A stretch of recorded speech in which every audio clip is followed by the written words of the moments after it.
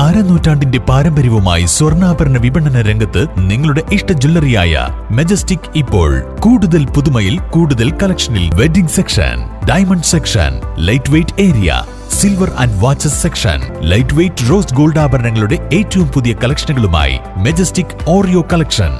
ഏറ്റവും കുറഞ്ഞ പണിക്കൂലിയിൽ മലപ്പുറം ജില്ലയിലെ number 1 jewellery majestic Jewellers, Thazhepalam, Tirur.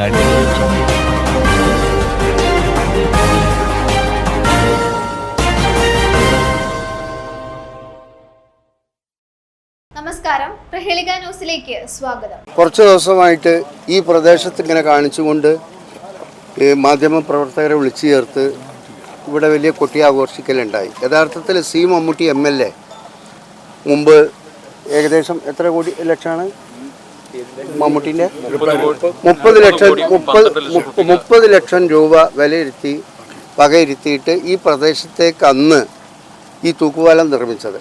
യഥാർത്ഥത്തിൽ നിങ്ങൾ മനസ്സിലാക്കേണ്ടത്, ഈ തൂക്കുപാലം അദ്ദേഹം നിർമ്മിക്കുന്ന കാലഘട്ടങ്ങളിൽ ഈ പറയുന്ന വ്യക്തി തിരൂർ മുനിസിപ്പാലിറ്റിയുടെ വൈസ് ചെയർപേഴ്സണാണ്.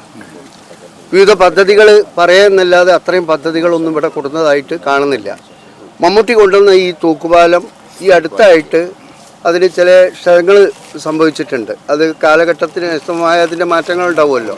അതിനിപ്പോൾ തിരൂർ മുനിസിപ്പാലിറ്റി 9 ലക്ഷം രൂപ വെച്ച് ഇതിൻ്റെ നിർമ്മാണ പ്രവർത്തനം, ഈ പ്ലാറ്റ്ഫോം നിർമ്മിക്കുന്നതിന് വേണ്ടിയിട്ട് വകയിരുത്തിയിട്ടുണ്ട്. ഊരാലിങ്ങൽ കമ്പനിയാണ് ആ ഉത്തരവാദിത്വം ഏറ്റെടുത്തിട്ടുള്ളത്.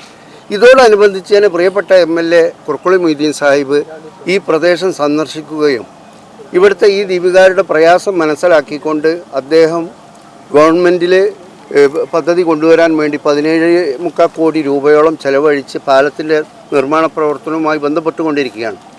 അത് അദ്ദേഹത്തിൻ്റെ ആ കാര്യം പറയും.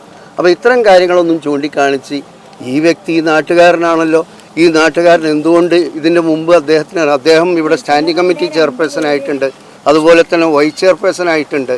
ഈ കാലഘട്ടങ്ങളിലൊന്നും അദ്ദേഹത്തിന് കൊണ്ടുവരാൻ കഴിയാത്തത് ഇപ്പോൾ കൊണ്ടുവരാൻ പുതിയ പദ്ധതികളൊക്കെ കൊണ്ടുവരും, ഞാനിത് മൊത്തം സംരക്ഷിക്കും എന്ന് പറഞ്ഞാൽ അങ്ങനെ പറയുന്നത് ശരിയല്ലല്ലോ. പ്രിയപ്പെട്ട MLA കുർക്കുളി മൊയ്തീൻ സാഹിബ് നിങ്ങളോട് അതുമായി ബന്ധപ്പെട്ട് സംസാരിക്കും.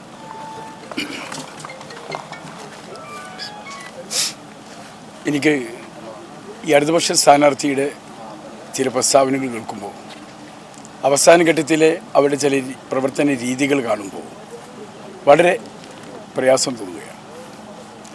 ജനങ്ങളെ മാന്യമായി സമീപിക്കാൻ പോലും, സത്യസന്ധമായ കാര്യങ്ങൾ പറഞ്ഞ് ജനങ്ങളുടെ മുമ്പാകെ പ്രത്യക്ഷപ്പെടാൻ പോലും കഴിയാത്ത ഒരവസ്ഥയിൽ അവരെത്തിച്ചേർന്നല്ലോ എന്നതിൽ ഞാൻ ദുഃഖിക്കുകയാണ്.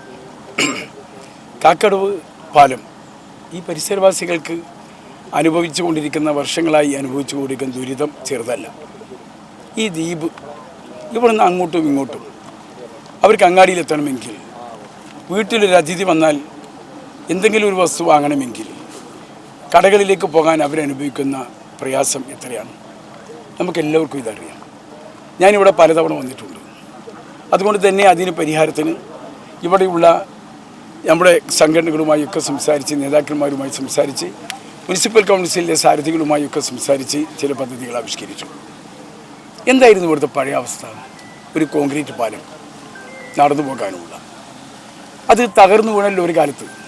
ഈ പരിസരവാസികൾ അത് മറന്നു. 3 കൊല്ലം അത് നന്നാക്കാതെ കരുതിയില്ലേ? 3 വർഷം. ആരാണ് അന്ന് ഇവിടുത്തെ ഭരണകർത്താക്കൾ?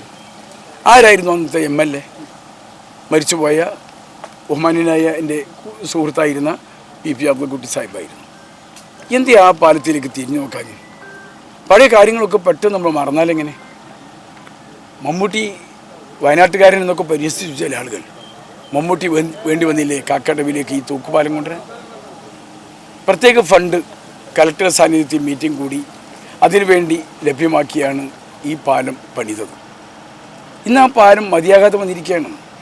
അവർക്ക് കാൽനട പോരാ, വാഹനങ്ങളിൽ അങ്ങോട്ടും ഇങ്ങോട്ടും പോകാനുള്ള സംവിധാനം ഉണ്ടാക്കണം. ഞാൻ MLA ആയി വന്നപ്പോൾ 2021 ഇവിടുത്തെ നിവാസികളെ ഞാൻ വിളിച്ചു ചേർത്തി. അവരുമായി സംസാരിച്ച് അവരെ ഞാൻ സഹായിക്കാമെന്നും പറഞ്ഞു. ഞാൻ ആദ്യമായി MLA ആകുമ്പോൾ ഞാൻ വലിയ പ്രതീക്ഷയിലാണ് വന്നത്. സർക്കാരിനോട് വളരെ അടിയന്തര പ്രാധാന്യമുള്ള കാര്യങ്ങളൊക്കെ പറഞ്ഞാൽ അവരതൊക്കെ അംഗീകരിക്കും, അതൊക്കെ വകവെച്ച് തരും എന്നൊക്കെ എൻ്റെ പ്രതീക്ഷ. പക്ഷേ ഞാൻ നിരാശനാണ്.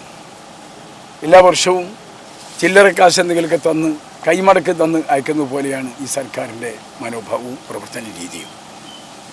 ഇവിടുത്തെ എതിർ സ്ഥാനാർത്ഥി, എൻ്റെ എതിർ സ്ഥാനാർത്ഥി പ്രിയങ്കരൻ എൻ്റെ സുഹൃത്താണ്. നിലവിൽ കേരളത്തിലെ മന്ത്രിസഭയിലെ അംഗവുമാണ്. ഈ പ്രാവശ്യത്തെ ബജറ്റെങ്കിലും, കഴിഞ്ഞകാല ബജറ്റുകളൊക്കെ പരിശോധിക്കാൻ ഞാൻ പറയുന്നില്ല, ഈ അവസാനത്തെ ബജറ്റ് 25-26 വർഷത്തിലെ ബജറ്റ് പുസ്തകമെങ്കിലും ഒന്ന് വായിച്ചു നോക്കാൻ ഞാൻ അദ്ദേഹത്തോട് പറയുകയാണ്. പാപം, അദ്ദേഹത്തിൻ്റെ ചില വർത്തമാനങ്ങൾ കേൾക്കുമ്പോൾ എനിക്ക് ദുഃഖം തോന്നുന്നു. കേരളത്തെ പ്രതിനിധീകരിക്കുന്ന, ഈ ജില്ലയെ പ്രതിനിധീകരിക്കുന്ന മന്ത്രി ഇങ്ങനെ കളവ് പറഞ്ഞുകൂടാ. അതിനുവേണ്ടി ബജറ്റിൽ അംഗീകാരം കിട്ടിയിട്ടുണ്ട്, പക്ഷേ ഫണ്ട് നിങ്ങൾ തന്നിട്ടില്ല. 100 രൂപയുടെ ടോക്കൺ മണി മാത്രമാണ് അനുവദിച്ചിട്ടുള്ളത്. 5 വർഷമായി ധനകാര്യമന്ത്രി ഗോപനോട് ഇതുമായി ബന്ധപ്പെട്ട് സംസാരിക്കുക. പലതവണ ഈ പാലത്തിൻ്റെ കാര്യം ഞാൻ സംസാരിച്ചിട്ടുണ്ട്. പക്ഷേ ഇതിന് ആവശ്യമായ ഫണ്ട് തന്നിട്ടില്ല. ഫണ്ട് തരാത്തത് ഇവിടുത്തെ മുനിസിപ്പൽ കൗൺസിലിൻ്റെയോ MLAയോടെ തകരാറാണോ? ജനം വിലയിരുത്തുക. അതുകൊണ്ട് ഈ രീതിയിലുള്ള തെറ്റായ പ്രസ്താവനകൾ ഗത്യന്തരമില്ലെന്ന് കാണുമ്പോൾ പറയുന്നത് ശരിയല്ല എന്ന് മാത്രമേ ഞാൻ വളരെ മര്യാദയോടുകൂടി ഞാൻ പറയുന്നുള്ളൂ. ഈ പാലം നമുക്ക് നന്നാക്കിയെടുക്കേണ്ടതുണ്ട്.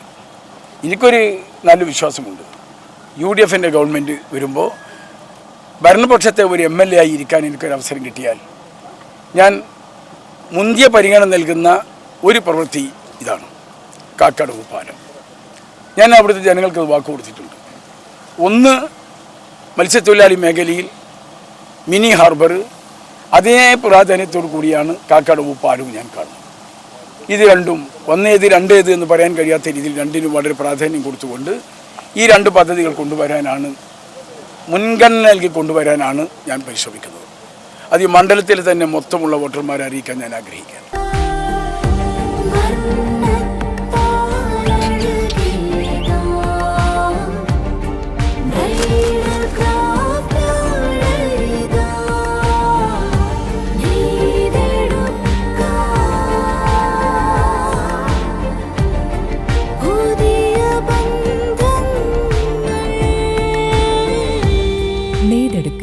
പുതിയ ബന്ധങ്ങൾ. Bridal craft, the wedding mall, Pan Bazar, Tirur.